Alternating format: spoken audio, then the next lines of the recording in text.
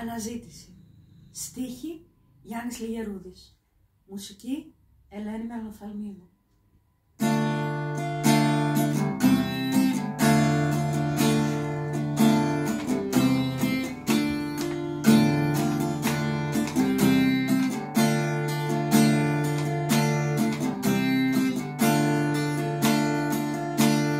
Μέσα στην απέραντη τη γη, εγώ κι εσύ, δυο σκόρπια φύλλα, όλη η ζωή μας αναζήτηση κι η μοναξιά ανατριχύλα.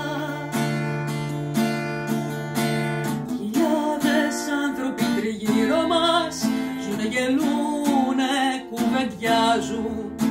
Οι μέρες οι χαμένες που περάσαμε ξυπνούν τη μοναξιά και μας τρομάζουν.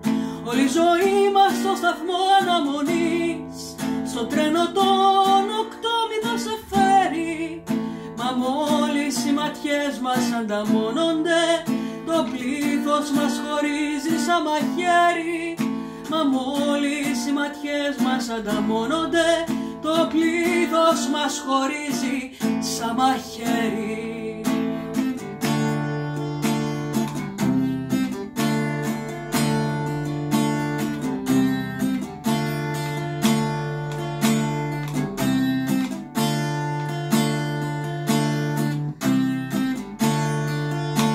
Και μες στις μέρες τις ατελειωτές, νύχτες και νύχτες πονεμένες, σ' άλλα χέρια να δινόμαστε σε αγκαλιές άπορες ξένες.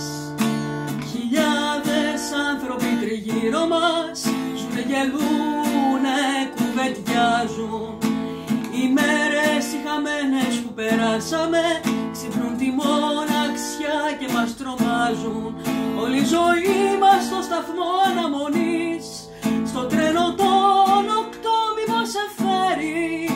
Μα μόλις οι ματιές μας ανταμώνονται, το πλήθος μας χωρίζει σαν μαχαίρι.